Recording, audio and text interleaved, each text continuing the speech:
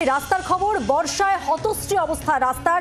বর্ষায় দিকে দিকে যেখানেই আমরা তাকাচ্ছি সেখানেই কিন্তু বেহাল অবস্থা রাস্তার।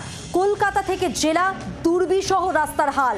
রোগীদের হাসপাতালে নিয়ে যেতে ভরসা খাটিয়া, দুলি করে নিয়ে যাওয়া হচ্ছে রোগীকে। সেই ছবি যেমন জেলায় জেলায়, তেমনি তারাতলা, বজবজ, কৈখালী, দমদম, সেখানেও বেহাল অবস্থা রাস্তার। আর এই নিয়ে হাইকোর্টের রাস্তা উদ্বেগ।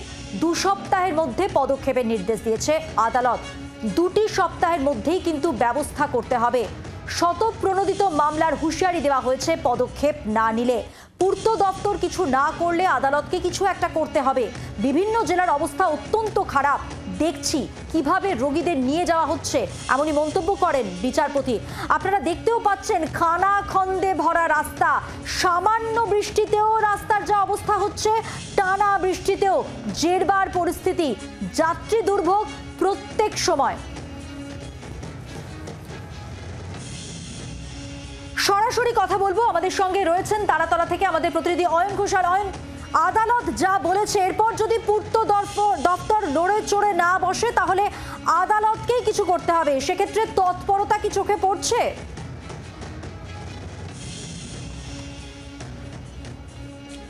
বিচারপতি গতকাল কলকাতা শহরের যে রাস্তাগুলো নিয়ে কথা বলেছেন, উষ্মা প্রকাশ করেছেন, তার মধ্যে আলাদা করে কলকাতা শিল্পাঞ্চল বা বন্দর এলাকার নাম বলা হয়েছে। কেন নাম বলা হয়েছে ছবির মাধ্যমে দেখাই। আমার মনে হয় এই ছবি দেখার পর আমার আর বেশি কথা বলার দরকার পড়ছে না। তার কারণ এইটা রাস্তা, হ্যাঁ, তুমি বিশ্বাস করতে চাইবে কি চাইবে না আমি জানি না। এটাই রাস্তা, এটা হচ্ছে তারাতলার হাইড রোড। এই রাস্তার মধ্যে ইতিমধ্যে একটা গাড়ি, এই গাড়িটা গর্তের যে অসমানতা সেটা বুঝতে না পেরে একদিকে কাত হয়ে ব্রেকডাউন হয়ে গেছে। তার মধ্যে থই থই করছে জল, এবং আমি আমার ঠিক সামনে জলের গভীরতা যদি একটু বোঝানোর চেষ্টা করি একদম লাইভ ডেমনস্ট্রেশন দিয়ে, তাহলে আমি দেখতে পাবো। দাদা, কতটা ডিপ জল একটু দেখান তো আমাকে। জলে নামুন, কতটা ডিপ জল। দেখো, এই ভদ্রলোক জলে নামছেন, উনি এগোচ্ছেন তো ওনার হাঁটু অবধি জল, উনি হাঁটু জলে চলে গেলেন দেখো। এবং ওপর থেকে বোঝাও যাচ্ছে না যে উনি হাঁটু জলে হাঁটাচলা করছেন। অর্থাৎ যদি কোনো গাড়ি এই এলাকার রাস্তাঘাট সম্পর্কে সম্যক ওয়াকিবহাল না হয়, তাহলে কিন্তু ওই যে গাড়িটা দাঁড়িয়ে আছে ওই গাড়িটার মতো তার পরিণতি হবে, কারণ তিনি গর্তের গভীরতা বুঝতে পারছেন না। কলকাতা শহরে গতকাল 1 ফোঁটাও বৃষ্টি হয়নি। এই অঞ্চল কলকাতাতে ভারী বৃষ্টি হয়েছে 8ই জুলাই। আজকে জুলাই মাসের 18 তারিখ, অর্থাৎ মাঝে 10টা দিন কেটে গেছে।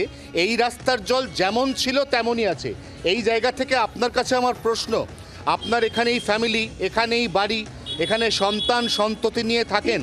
আমি রাস্তার কন্ডিশনের কথা ছেড়ে দিলাম, এটা তো মরণ ফাঁদ হয়ে আছে, যে কোনো দিন তো মানুষের মৃত্যু ঘটবে। দাদা, ডেলি মৃত্যুর ঘটনা ঘটে, ডেলি যে আছে গাড়িগুলো সব পুরো পড়ে যায়। যেহেতু আমাদের বাচ্চাদের স্কুলে যাওয়া আসা খুবই অসুবিধা হয়, এলাকার মানুষদের জন্য খুবই অসুবিধা হচ্ছে যাওয়া আসা। আমাকে একটা কথা বলুন তো, এই রাস্তাটা লাস্ট কবে সারানো হয়েছে? এটা গত বছরের আগে সারানো হচ্ছিল। গত বছরের আগের বছর? হ্যাঁ, গত বছর আগে। মানে আমি বলছি 2023 সালে সারানো হয়েছে। এরকম 23-এর কাছাকাছি সারানো হচ্ছে। কিরম সারানো হলো যে তারপরে আবার এরকম হয়ে গেল? ডেলি তারপরে একটু সারিয়ে ছেড়ে দেয়, তারপরে চলে যায়। এটা হচ্ছে সব থেকে বড় অভিযোগ, যেটা বিচারপতি সেনের উষ্মার আরেকটা বড় কারণ।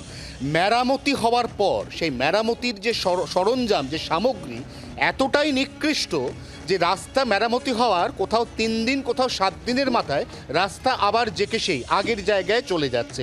এবং ঠিক এই জায়গা থেকে হাইকোর্ট যেভাবে উষ্মা প্রকাশ করেছে, যেভাবে একেবারে ফোর্টনাইট অর্থাৎ 14 দিনের ডেডলাইন বেঁধে দিয়েছে, সেই ডেডলাইনের মধ্যে এই সমস্ত রাস্তা সারিয়ে তোলার অসাধ্য সাধন, এটা সম্ভব হবে কিনা সেদিকে নজর থাকবে। আমরা আবার আসবো এখানে ঠিক 14 দিন বাদে। মধুবন্তী।